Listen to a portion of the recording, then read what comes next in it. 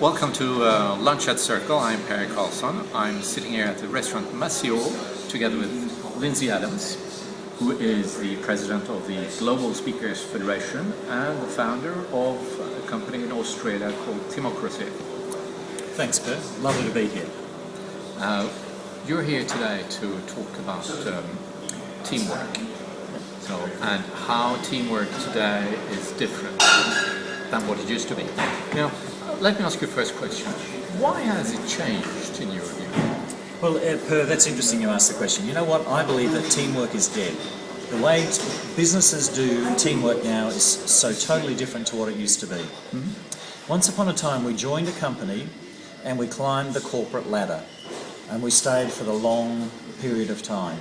Today, people join organisations for a much shorter period of time, and I believe they climb the corporate lattice. So they jump from organisation to organisation or from job to job, sometimes within the same organisation, as they climb the corporate lattice. Mm-hmm. And because we have now a combination of baby boomers, Generation X, Generation Y, people working in the workplace, and combine that with the speed at which business is done today, we live in a much different world. Businesses go, and we no longer stop working. What happens is we finish work in this time zone, and oftentimes we pass that job on to another team in a different time zone, and the work continues to happen around the world.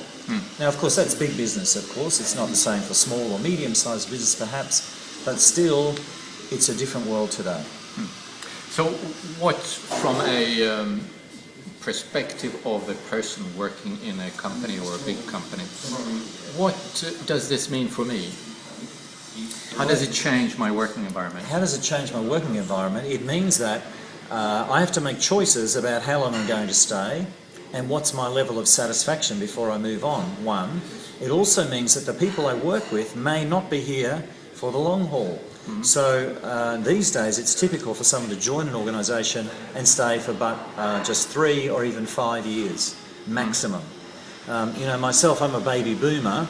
I joined an organisation in Australia, the Australian Taxation Office, public sector organisation. I stayed there 18 years. Today that would not happen.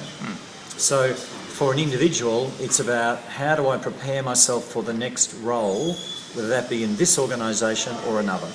Now, one of the big issues for companies used to be employee retention, how to avoid that people jump ship. Yeah. Is that a question which is now obsolete? No, in fact, I believe that retention is still paramount, and we still have to identify what do we need to do to keep the best people. Now, some people will move on, and you know what? Some people will move on and do us a favour because we really don't want them to stay. Mm-hmm. But the key people that we want to stay, we have to work hard with them to make sure that they are sufficiently satisfied and motivated in their role so they have enough challenge and excitement that they will stay. So retention is still an important issue in the workplace. On the other hand, you also have to adapt to the fact of life that people don't stay so long, even if you want them to. Yeah, now what often happens, some employers say, well, these young kids, I know they're not staying long, so I'm not going to spend any money on them. I'm only going to reward loyalty, and I'm only going to train the people who stay for the long haul. The danger is they might still stay. Yeah. And so then we end up with a bunch of duds, a bunch of poorly motivated people who don't perform.